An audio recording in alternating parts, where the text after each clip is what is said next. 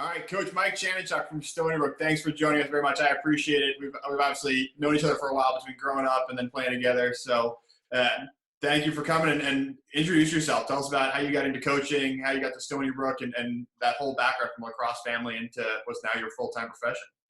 Thanks, Ryan. Yeah, happy to be here.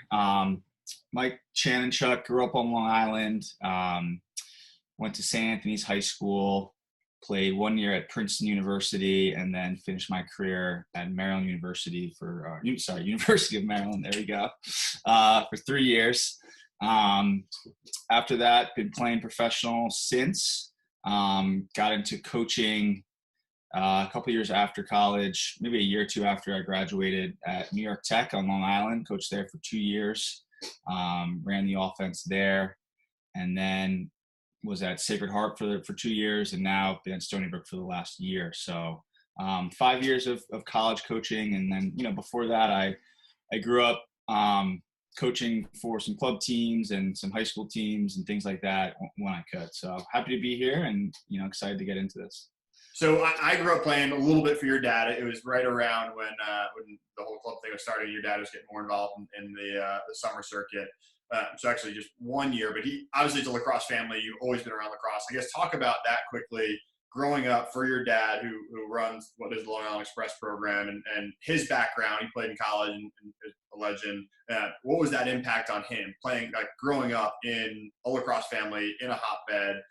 Your brother plays. I guess talk to us about that. Yeah, really lucky to, grow up with my dad. He got a stick in our hands at a pretty young age, and he was a 3-time All-American at the Naval Academy. So, lacrosse was kind of always, a goal or a plan for us. And then obviously being on Long Island in the hotbed of lacrosse, it just is part of life. So I grew up actually in Three Village, so the Ward Melville School District, which, has a great program, great lineage of players there. And, I think that was maybe a plan, right, for my dad was, hey, go to Ward Melville and, kind of continue that if possible, right? But things don't always go as planned. And, St. Anthony's kind of popped up on our radar when I was in middle school, from a good friend of mine, Tim Schwale. His dad had coached there for a very long time and kind of, set the wheels in motion. And so to go and be able to play at St. Anthony's with a ton of, really good players, I think from my high school team, there's still maybe 4 or 5 guys that are playing professional. Tom Shriver, Will Manny, Joe Lacasio, guys that, I played with in high school and I'm still playing with today, which is pretty cool. So just being around lacrosse like that and growing up and my team in 7th grade was the first express team. So my dad, and his partners created that, and we were a super talented team. There definitely was not as many teams as there are now out there. So I think the amount of talent on our team was just so dense that it was pretty cool. We didn't lose too many games. Yeah, so much. Now it's a different world. We talked about it earlier, just how many clubs there are. But like I said, when it started, it was, Team 91 wasn't around yet, just on Long Island in general. It was really what was the Long Island Metro program, I think, when we were really little, which is now gone. And then Express popped up. And this was kind of as Empires was fading out and Express was taking off. Yeah, there was, the couple teams that we really competed with was there was a Long Island Storm. They're not around anymore. Team Long Island was pretty good back then. So there's only 3 or 4 and then the Metro team. And so that was really fun. We obviously had a good team and went around the country and playing. And I guess that's kind of when that I feel like when that club circuit really started to take off. We played in when I was growing up, it was maybe 1 fall tournament and then 4 summer tournaments. So obviously now it's grown into fall season and spring season and summer season for the club stuff. So the summer was super important from a recruiting standpoint for us, as kids. So going into our junior year, right? That was kind of the big summer. And then it obviously sped up the last couple of years, and now it's slowed down a little bit with the new recruiting rules, which I think is good. Maybe puts a little less pressure on some of these guys. But yeah, definitely I know a lot about the club stuff growing up in it, playing in it, coaching in it, now recruiting in it. So it's been exciting to kind of see the development of the whole thing. Yeah, that was probably my year. It felt like, and I'm a couple years older than you. Was like the last year where it was you committed going into your senior year versus when it got to you guys, and that was probably Steele Stanwick's year, and kind of in that time frame is when it hurried up significantly to sophomore junior year, or was probably more of the timeline for a lot of the guys in your class. Yeah, I think I committed to Princeton, right, and committed to the process of applying, right, in maybe November of my junior year. So, but right before the season, and that was kind of early, I guess. I wasn't the first, but I, maybe was in that top 10% that committed earlier. So yeah, I mean, obviously junior year going into senior year, that's kind of when, people started doing it back then, and then sped up tremendously. So. Yeah, yep, you got crazy there for a little. Well, flip it over a little bit to where you are now in Stony Brook. This is obviously a really weird time for all of us. I guess, what was it like when you guys heard that your season was canceled, that you were scheduled to play games shortly during that week? So I guess that first notice you got that your season was canceled, and then how you guys have handled that since. Yeah, I think at Stony Brook we're in maybe a more unique situation than most because of our staff just taking over last summer. We've really tried to, everything for us has been new, right? The first fall ball with the team, the first winter session with the team, and then the first spring spring season. And then we were going into our first conference game when the season ended. So for us, I think it was obviously super disappointing. We were doing pretty well as a team. We were 5-2 when the season ended with 2 losses that we wish we could have back. Coming out of a 5-game stretch in 2 weeks. So we went Saturday, Tuesday, Saturday, Tuesday, Saturday. So it was a tough stretch in college lacrosse. So for us to finally kind of get a full week of rest heading into our first conference game against Hartford, and then finding out on, I think, Thursday that the season was over it happened so fast. It really did. Our athletic director is great. He was like, when things started kind of getting a little shaky, he was like, no, we're good. We're going to keep doing this until the NCAA tells us not to. And that's pretty much what happened. So we were planning on a home game versus Hartford, with kind of figuring it out as a team, especially offensively, defensively, trying to put it all together. We're starting to hit a roll. So now it's kind of the unknown, like you said, and we're kind of taking it day by day, just kind of taking as much information as we can in regards to, recruiting and the season next year and fall ball and things like that. So that's kind of where we are right now. Have you been able, like, everyone's kind of approached this differently in what they're doing with their team. Some guys are totally hands off, let these guys catch a breather before, next year starts. Some guys are still doing workouts and team conditioning and Zoom calls. I guess, what has been the communication between you guys as a staff and the players, and has there been any type of workouts, or has it been leave the guys alone, let them focus on studying and finals and that whole period? Yeah, I think we've probably happy medium with that. We've definitely Zoomed with them, once a week or maybe once every other week. But for sure, making sure they're focusing on their academics. With all the classes going online, it could go either way. Some guys could do way better, some guys could stay the same, or some guys could struggle with that. So for us was, just identifying how as a staff we could help them with academics and staying on top of them. And then making sure that, hey, make sure, you take this time and use it as an advantage rather than a disadvantage. If you don't do anything for a couple months, you're going to put yourself behind, or now you got an extra 2 months of summer, right, where you can get bigger, faster, stronger. And definitely for those guys that maybe didn't play as much as they would like to, or are going to step into a bigger role coming back, this is a time where they can get a step ahead on the competition, and, whether it's, strength and conditioning or with their academics, and maybe put themselves in a good spot where, they give a little more wiggle room when they're coming back. Yeah. And you and I talked about it a little bit again before the call, and just on the athletic side of things, and we use it with our guys a lot. It's like, you have nothing else to do but work out. And like, if you didn't have a great left hand or a great right hand before, like, you have no excuse not to coming out of this, because it's pretty much the only thing you can do. Absolutely. So I guess following on that, all the guys get a year of eligibility from the NCAA after the season was canceled. The first part of the question, I think, is what is going to be the impact on your team with that extra year of eligibility? I think it's impacting every program in a different way. So I guess for you guys at Stony Brook, what's going to be the impact this coming year, called the 2021 season, and then beyond for that extra year of eligibility? Yeah, I think again, I think we're in a little bit different situation than most schools because we took over as a new staff, and we were really trying to build our culture in the fall and the winter, while still getting, obviously improving. It's tough because I think the fall in most schools is used to develop skills for the guys and really hammer in those individual skills. But we're trying to do that while implementing the macro stuff on a team level and offense, defense. So trying to develop these guys, trying to figure out our identity, and using that fall to kind of trial and error in some sense, right? We moved a couple guys around position-wise. Offensive, we were running a little bit more two-way midfielders in the fall. Realized that, hey, maybe that's not in our best interest, in the spring, right? So for us, we're still trying to figure it out. So that being said, we're excited to get a bunch of those guys back, a bunch of those seniors.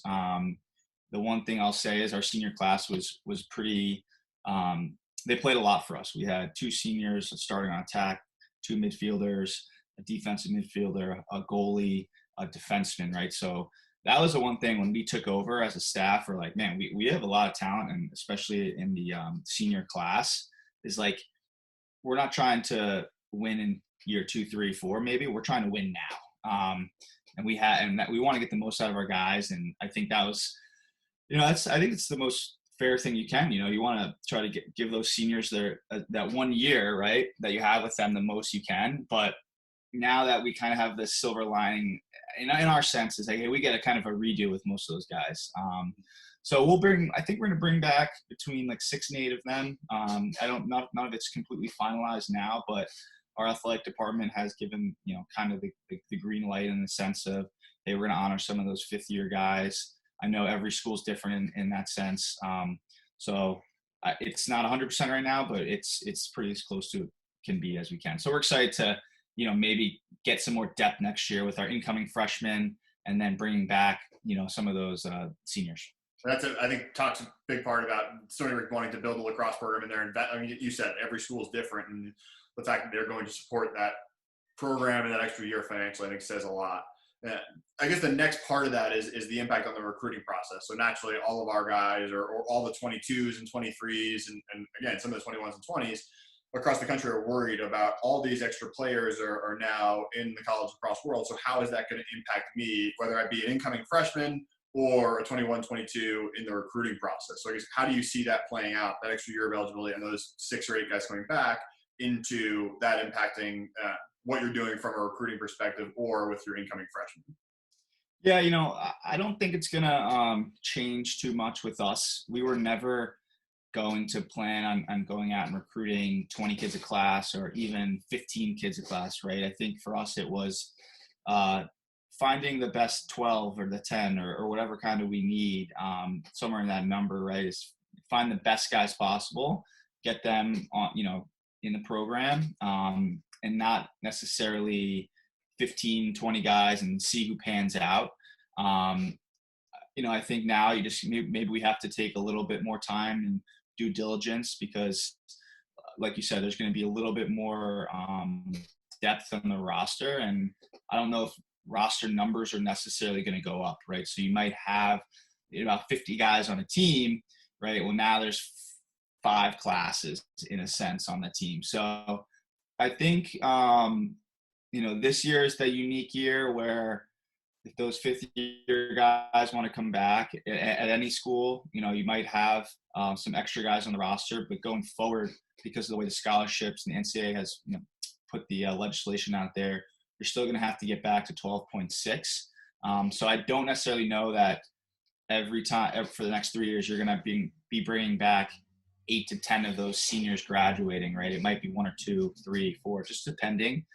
So I don't necessarily think that the recruiting numbers and it's going to change dramatically in a sense from the roster, from that. But I think right now the biggest thing is with the 21s and 22s, is kind of when are we going to see them play next? Yeah. That's So obviously, I think that's the big question, and nobody knows. And I think that process might get pushed back for those guys. The 22s, instead of them committing on September 1st, like a bunch of these kids do, maybe they take their time a little bit more because they don't have as many offers, or guys haven't seen them as much, and things like that. So. Yeah, that's been, I think, the biggest thing so far is, like, if you're a good player, you're going to have a place. There's not going to be that much impact. We're really only talking about 2 or 3 guys as this all plays out, if that. It's generally going to be certain programs are going to benefit more than the others from the older players. And then the third part is, in the recruiting process, it's not going to reduce the numbers, but guys are going to be able to do more due diligence on a program. A program's going to be able to do more work on a player, which long term is a positive, because you're going to have fewer guys transfer. You're going to have fewer guys that are unhappy when they get to a place. I think there's going to be a better fit for every kid that goes through this process. Yeah, I think you hit the nail on the head there. Like, I don't think it's going to change too much, but like you said, I think kids are going to take their time and really make sure the school's the right fit, and coaches are going to do the same thing. So. Yeah.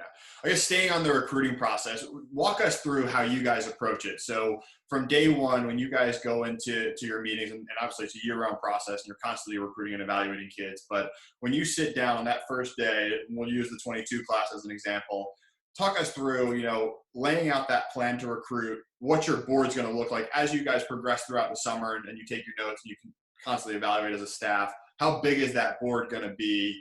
How many kids do you look at? And then narrowing that down, so kids coming on visits to the offer process and beyond. Yeah, I think for us, we are still trying to figure that out at Stony Brook, exactly kind of what our niche is. Maybe when we got there, last summer, we were like, hey, most of the kids, or maybe 50% or more of the team is from Long Island. So that was kind of one of we have to get some of the best kids in our backyard. But at the same time, we're gonna go after the best kids in the country.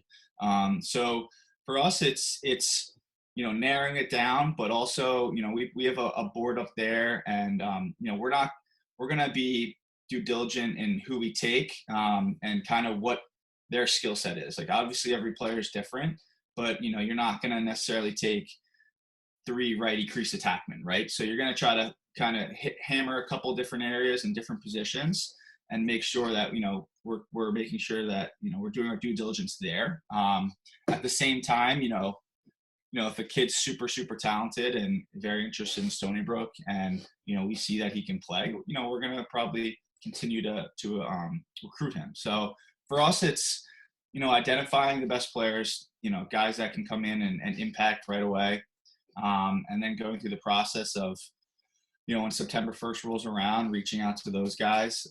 We're not going to necessarily call or offer guys at midnight. For us, it's maybe we reach out, it's an email, something like that, and then follow up the next day or two. I think that maybe some guys want that first call, but if you're going to commit at midnight, without necessarily going through the process of going to the school and this and that, I think it's tough, So for us, it's, hey, if somebody, we want them to do their homework on us, just like we're going to do it on them. We don't want to pressure anybody to committing, things like that, because that usually doesn't end up well in the long term.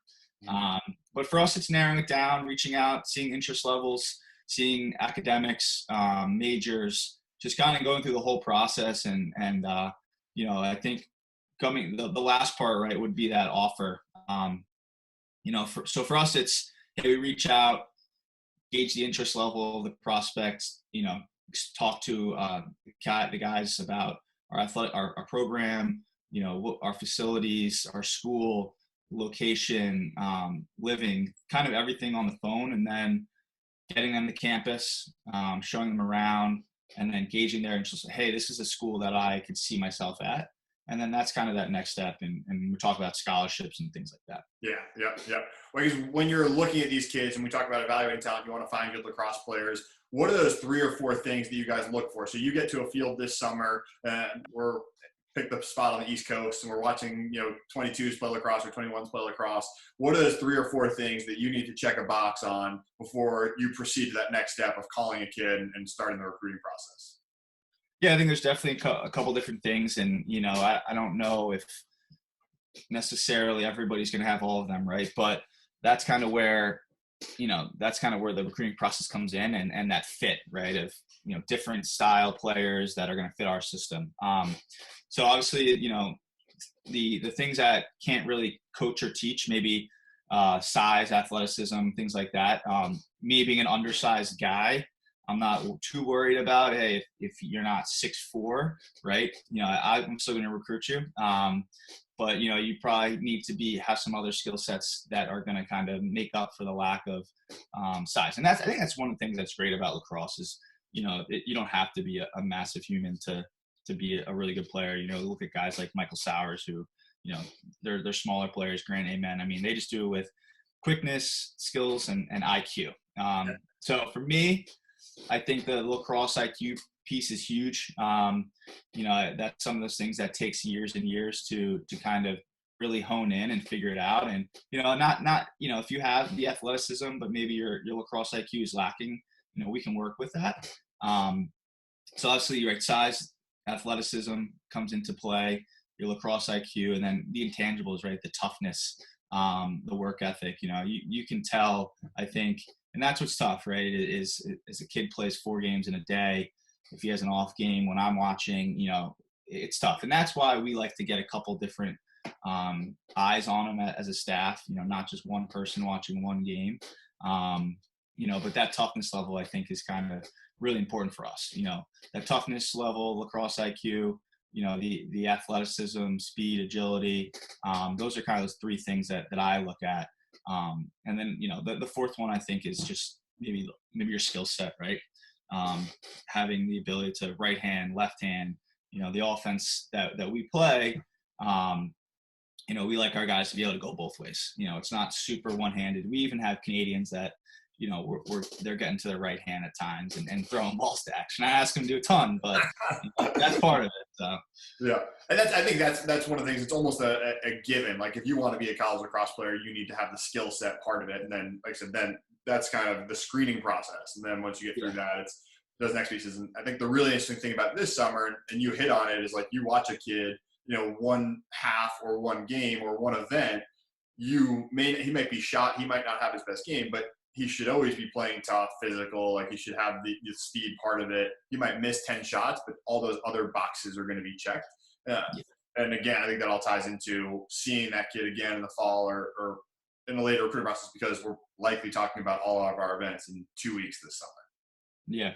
No, I think, like I said, we definitely want at least two different eyes from the coaching staff on a kid if we're going to think, hey, this is a guy that we might offer, right?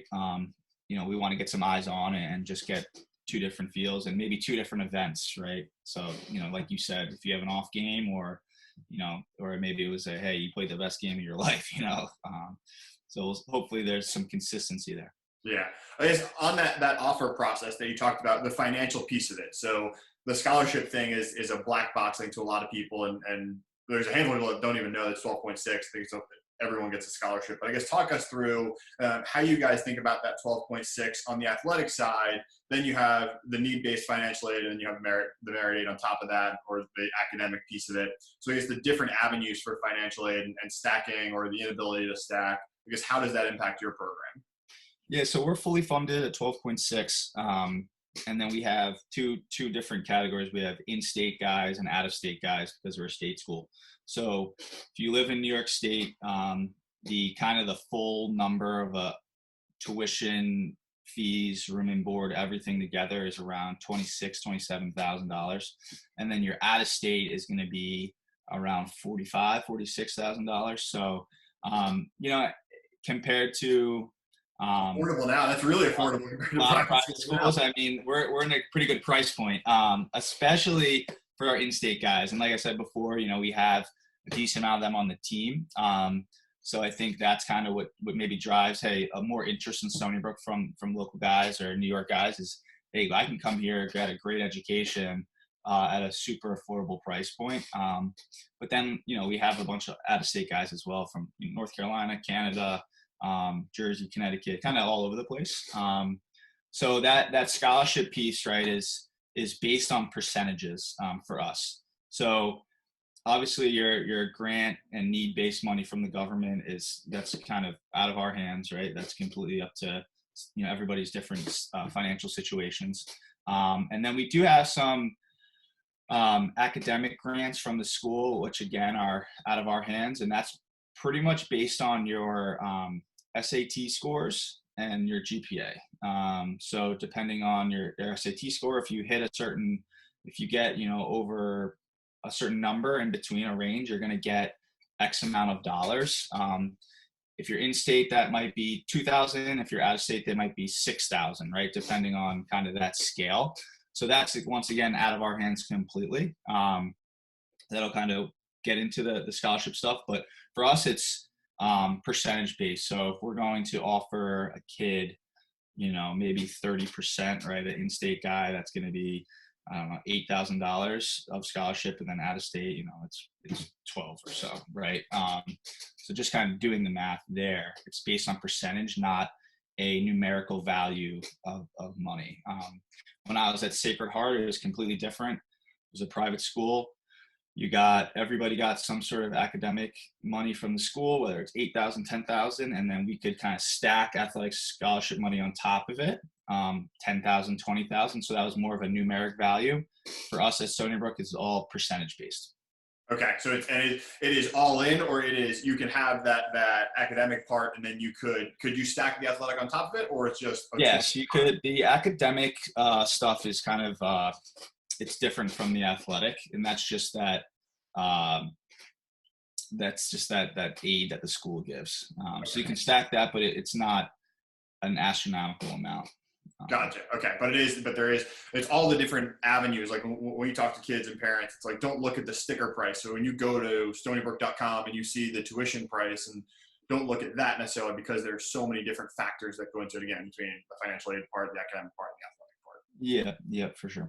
So now we've gotten through recruiting, we've gotten through academics, we've gotten through the financial part. When guys get to campus, what are your guys, and you talked about, it was different because you guys just got there this fall, but what were you seeing, the freshmen, sophomore, seniors, the guys who were most successful academically, athletically, I guess, what were those keys to their success once they were in the program, on campus, and at Stony Brook?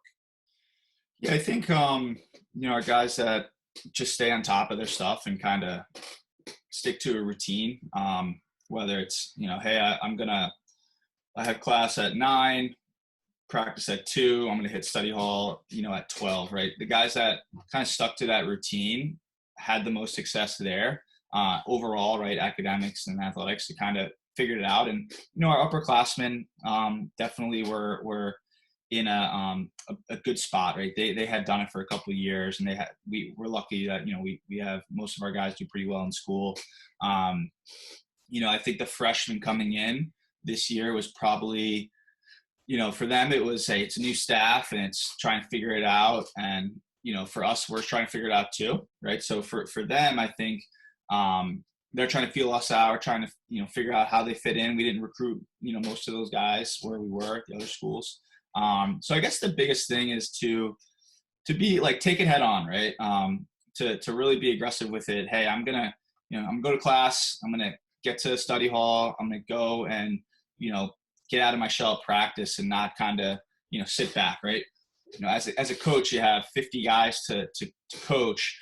You want them to be giving you their best. And we came in and we're like, hey, what do you got? Like, we try to push our guys, give them the freedom to play, make plays, things like that on the field.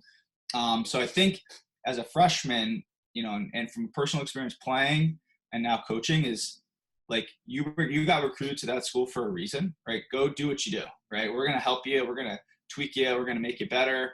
Maybe things that, you did, turnovers and things like that we can work on, but don't sit back. Go out and be aggressive about it. Yeah, it's like it's the old adage of play 100%, make mistakes that way as opposed to sitting back. Absolutely. The expectations, right, as a freshman on a team are, like for us, we expect our guys to be contributors. When maybe you come in and you think, oh man, I got guys that have been here for 3 years that are playing. Like, I'm never going to play, I got to wait till they graduate. Like, that's BS, like they expect you to come in and push them. And that's what they did when they were younger, things like that. So I think being aggressive about it is the best way I could put it. Creates that competitive atmosphere. Yeah. What is a day in the life for your guys? So I'm a lacrosse player at Stony Brook. I guess when I wake up on a Tuesday morning in the spring or a Wednesday in the fall, I guess what is a normal day between practice, classes, meals, the treatment side of it, lifting, study hall, all different requirements? I guess what would a normal day look like for me? Yeah. So in the fall, we practice Monday, Tuesday, Thursday, Friday. So we give our guys off from practice on Wednesday, and then we give them off on the weekends as well.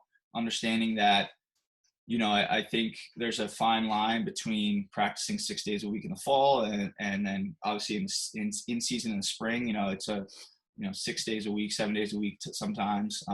So we realize that guys are college kids. They need to, be able to catch their breath here, go watch a football game, a basketball game, something like that. Get away a little bit, hang out with their buddies, right? That's an important part of it too.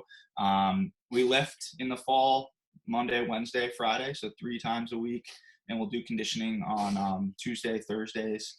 So, I think the weekend's off in the fall for them, unless we're scrimmaging or an inter squad or something like that.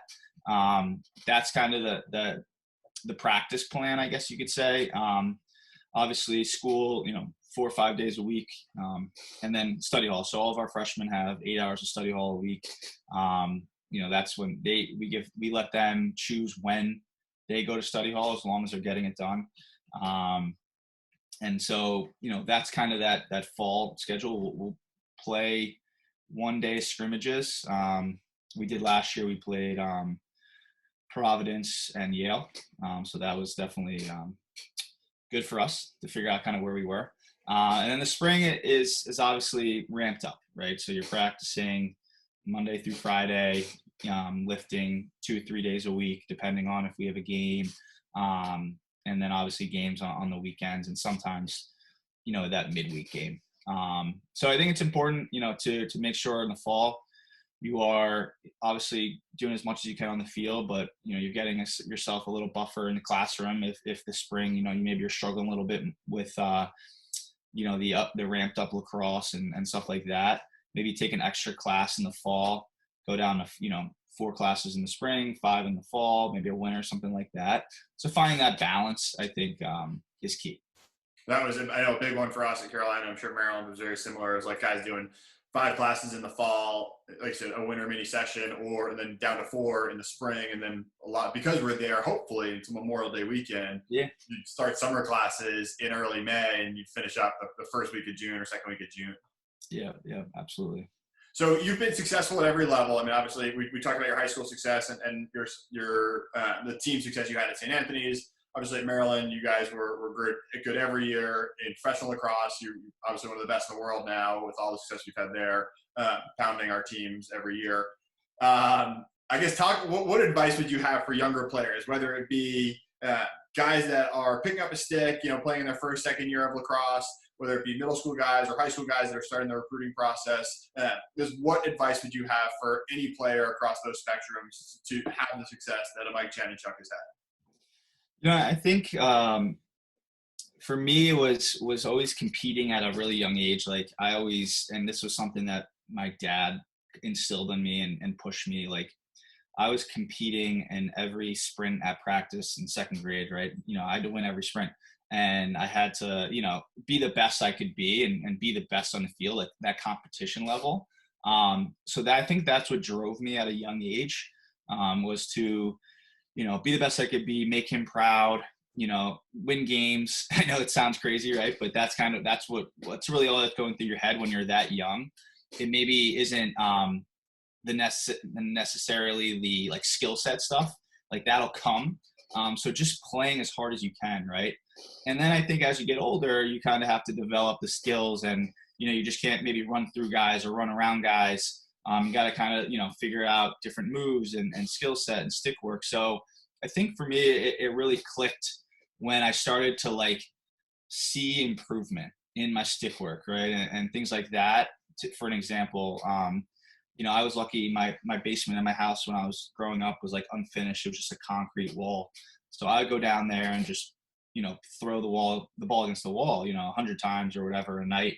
And at first it was like, my dad was like, hey, go down and do your wall ball. So I would do it. And then it got to a point where he didn't say anything. Like I did it on my own because I could literally see the improvement in my stick skills. You got addicted that to was kind of, progress. yeah, exactly. You see the progress and it doesn't take long, but it doesn't happen overnight as well. So I think that's where it's with anything, anything you try to improve at, it's just time and repetition, whether it's the weight room or your wall ball stuff. I think the more you do it, at least for me, it was like, wow, this is actually working. And that's kind of like an addicting feeling. Like, oh man, this is great.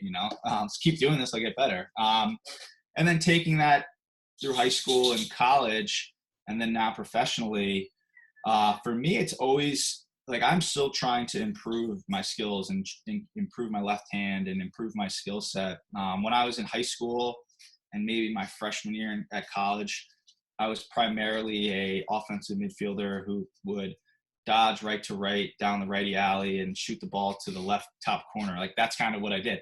And then it got to a point where like I couldn't necessarily just do that every time because guys scout you and, guys get better. So it's like, oh, well, how am I going to continue to excel, right? And sometimes there's that, like maybe that plateau where you're like, all right, got to figure it out here. And that can be scary. Like, man, maybe I hit my ceiling. But for me, it's always like understanding now that I can maybe change my game. I got in 2016, I had surgery on my right wrist and I really could only hold the stick in my left hand for like 3 or 4 months. So I was doing a lot of like lessons and wall ball stuff with my left hand. And then that MLL season, I shot like 35% with my left hand, 25. Like I shot way better with my left hand. That was probably like the best season I had, maybe overall, just being able to dodge both ways. And now this year I became more of maybe an off ball shooter, so kind of figuring out that always improving, finding the niche or trying to, become more dynamic as a player.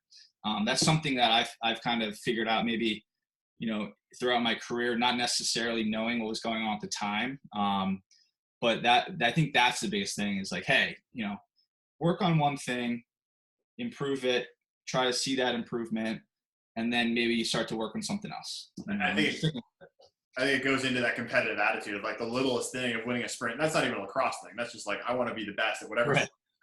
And then that leads to like, well, if I'm going to do stick work, I want to be really good at it. And if I'm going to be a dodger, I want to be really good at it. And if I'm going to work on my left hand, I want to be really good at it. So it's almost like that attitude you have and you're doing sprints in elementary school and second grade led into all this other stuff. Like you were so competitive that you had to improve those other parts of your game to be what you are today. Yeah, for sure. And I think too, just like even today, right? Like not being satisfied at kind of where my stick skills are, things like that. Or I could always be better left-handed, and it's insane because you are one of the best in the world. Like arguably call it a top, I mean, it's arguing, but 10 midfielder or 5 midfielder or whatever you want to call it. And you're still saying my skills need to get better when you're literally one of the most dominant players at the highest level. Yeah, I don't know. I it's tough. Like I think that maybe that's why, like, diving into it is like always kind of knowing that there's more to improve, and then the results kind of just come, over time. So. Well, cool, man. I appreciate it very much. Hopefully we are on the field in some form or fashion, whether it be in the PLL or whether it be on the recruiting side of things at summer tournaments soon. But greatly appreciate the time today, and hopefully we can catch up soon. Yeah, thanks for having me. This was great. And I hope to be out there recruiting and playing soon. All right, bud.